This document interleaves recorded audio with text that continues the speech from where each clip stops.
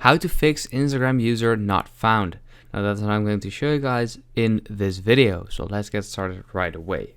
Now, if you get this right here, when I go to this account and it says user not found, then that can either mean two things. It can either mean that person has simply blocked you or has disabled his or her own account.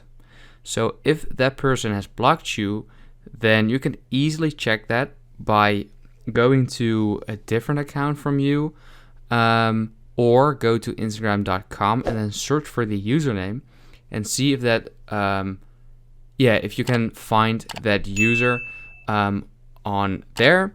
And if you can still not find that user, then that probably means that that user has just disabled their account.